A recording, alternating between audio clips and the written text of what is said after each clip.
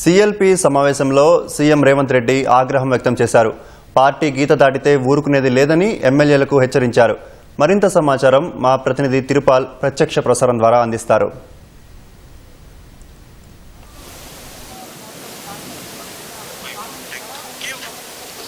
Chandu, Shamshabad నవోటల్లో CLP సమావేశము ఇంకా కొనసాగుతుంది. అయితే ముఖ్యమంత్రి రెండుంబావు ఆ ప్రాంతంలో శంషాబాద్ నవోటల్ నుంచి బయలుదేరి వెళ్ళారు. ఆయన జపాన్ పర్యటనకు వెళ్లాల్సి ఉండడంతో మధ్యలోనే ఆయన ప్రసంగించిన తర్వాత ఆయన వెళ్ళారు. మిగిలిన కార్యక్రమాన్ని యథాతథంగా ఉప ముఖ్యమంత్రి అట్లాగే మిగిలిన మంత్రులు కొనసాగిస్తున్నారు. ఇప్పటికే పలు అంశాల మీద ముఖ్యమంత్రి ఎమ్మెల్యేలకు, ఎమ్మెల్సీలకు, ఎంపీలకు దిశానిర్దేశం చేశారు. స్పష్టంగా చెప్పారు, ప్రభుత్వం ఏదైతే అమలు చేస్తుందో ఆ పథకాలకు సంబంధించి జనాల్లోకి తీసుకెళ్లాలని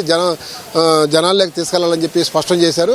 అదేవిధంగా ఇటీవల కాలంలో మంత్రివర్గ విస్తరణ పైన కొంతమంది నాయకులు బాహాటంగా విమర్శలు దిగడం పైన ముఖ్యమంత్రి తీవ్ర అసంతృప్తి వ్యక్తం చేశారు. అదేవిధంగా అసహనం కూడా వ్యక్తం చేసినట్టుగా తెలుస్తుంది.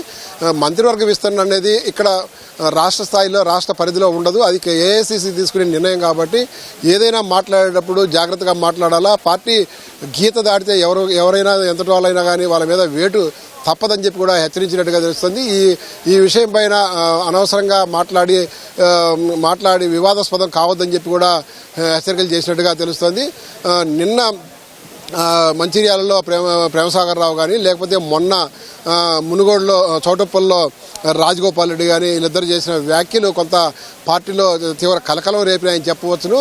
అసలు పార్టీకి సంబంధించిన ఈ మంత్రివర్గ విస్తరణకు సంబంధించి ఇక్కడ రాష్ట్ర స్థాయిలో నిర్ణయం తీసుకునే అవకాశం లేకపోయినప్పటికీ కూడా ఎందుకు అనవసరంగా ఏదంటే అది మాట్లాడి పార్టీకి చెడపేరు తేవడం, పార్టీలో లేనిపోయిన అల్లకొల్లం సృష్టించడం సరికాదని చెప్పి కూడా సూచించినట్టు తెలుస్తుంది. ఒక విధంగా చెప్పాలంటే మొత్తం మీద ఈ అంశం మీద అట్లా ఎమ్మెల్యేలకు కానీ, ఎమ్మెల్సీలకు కానీ, ఎంపీలకు కానీ మొత్తం కూడా క్లాస్ స్పీకర్ అని చెప్పొచ్చు. వీళ్ళందరికీ కూడా దిశానిర్దేశం చేశారు. పార్టీ గీత దాటితే ఎవరిపైన వేటేస్తారని చెప్పి స్పష్టం చేశారు. ఒక మంత్రివర్గ విస్తరణ సంబంధించి ఏఐసీ తీసుకోవాల్సిన నిర్ణయం పైన ఇక్కడ ఎమ్మెల్యేలు ఏది పడితే అది మాట్లాడితే అది సబబు కాదు, సరికాదు, అసలు ఆ విధంగా చేయొద్దని చెప్పి కూడా స్పష్టం చేసినట్టు తెలుస్తుంది.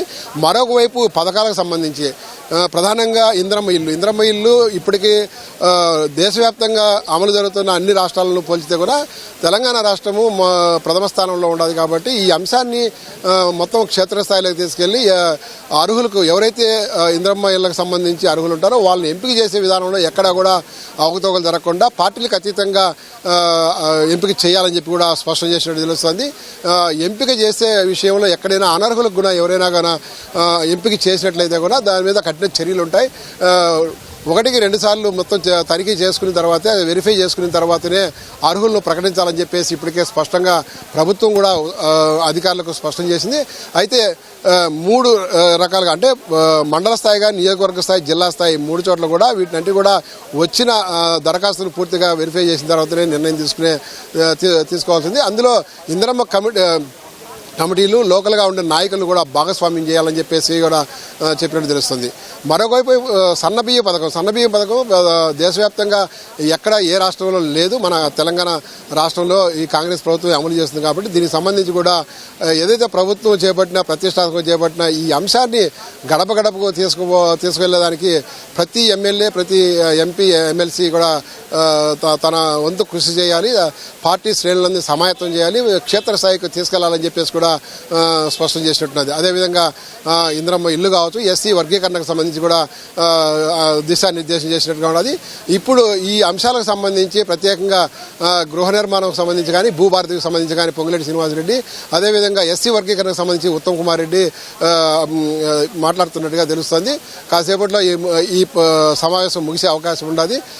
ఈ సమావేశం మొత్తం అంతా కూడా ప్రభుత్వం చేపడుతున్న పథకాలను క్షేత్రస్థాయికి ఎట్లా తీసుకెళ్లాలో ఏంటి దాని మీద దిశానిర్దేశం చేసినట్టుగా తెలుస్తుంది.